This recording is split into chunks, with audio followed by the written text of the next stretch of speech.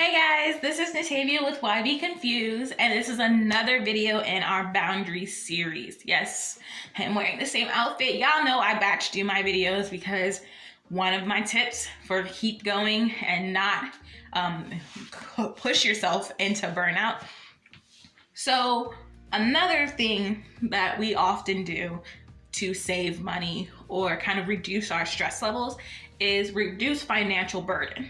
And we do this by living with family, having a roommate situation with friends, things of that sort. But doing that also causes problems in the boundary area. Now you are in a house full of people with their own individual wants, needs, and desires, and you are trying to create things for yourself, especially if you're trying to reduce your burnout frequency and you're starting in this journey and you're living with other people. You are morphing into a version of yourself that they've never seen before, and they don't necessarily know how to deal with, and you don't really know how to deal with it either. So we're going to go ahead and talk about creating boundaries while living with others. Again, this is not, no offense to anybody who lives with other people. I am currently living with my parents. Y'all know my story. Got evacuated out of Nigeria because of COVID, and I am waiting for my husband to get to the US, going through the whole immigration thing. So I am here with my parents until something plays out and we have a more determined deadline for things. And I've kind of found these to be helpful. So number one is locking doors. Most people will knock on your door and ask for permission to come in and things of that sort, but also there's just something about locking the door that just makes you feel more in control of that boundary. I kind of have a rule when I was living with other friends. If my door is open, I am available. If my door is closed, leave me be, right? And that's kind of how we all manage to do it, because when people see you, I don't know what it is, but when people see you, they think available, right? When people realize they have to search you out, it's because you're busy. And so you kind of have to create that in the house when you are living with other people, especially if you're working from home like I do. I'm very lucky that I live with my mom, who also works from home, so she knows what the experience is like. But before, working from home, it kind of gives a difference because you don't leave, so people still see you as available. So, excuse me, sorry guys. If you guys have that experience, just lock the doors. And then that also goes with staying out of sight. I do not go downstairs until I am available, right? So if I'm busy and I'm doing a bunch of things and I'm not going to go downstairs to the kitchen for something, because walking down the stairs gives the signal to the rest of the house, oh, I'm available, and they'll have a conversation with me and they'll ask me to do things. And it's not bad of them to do that, right? You see someone, you interact.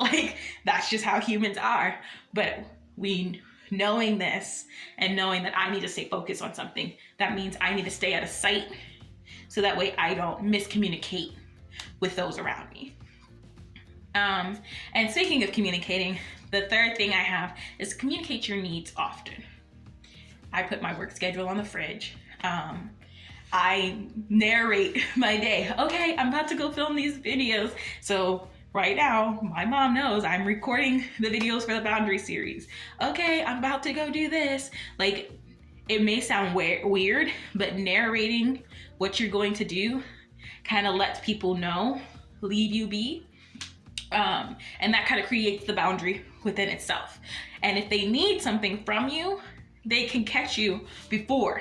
They're like, wait, but and this doesn't go with what I need to do. Can we work this out? And y'all can have that conversation and figure that out. So this is really good with most reasonable people. If you are living in a house full of boundary tramplers, refer back to my boundary trampling video and kind of combine these two to work in the best way for you.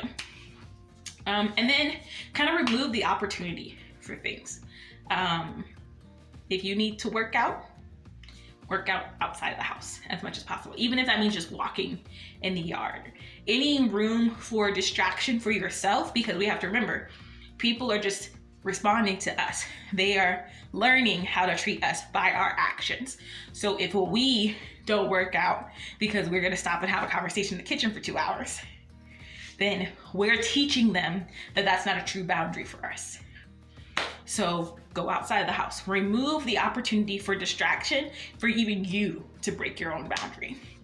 And these are just kind of things that you need to apply when you're living with other people. Again, remember, you're not the only one in the house with boundaries. So if your boundaries interfere with somebody else's boundaries, be sure to have that conversation and work out what is best for the both of you. And yeah, you guys really have to collab on these kind of things because everyone is trying to be their best self and everyone has different needs and requirements to be able to do that. So just keep that in mind. This has been a pretty short video because it's pretty straightforward to the point. I'm gonna try to do more of these because y'all know I'm long-winded. But if you like this video, go ahead and hit the like button, subscribe to Why Be Confused, and hit the notification bell so that you get all the new videos in the Boundary series. And if you have any questions, of course, comment below or at me at Why Be Confused on Instagram. I'll see you guys later. Bye.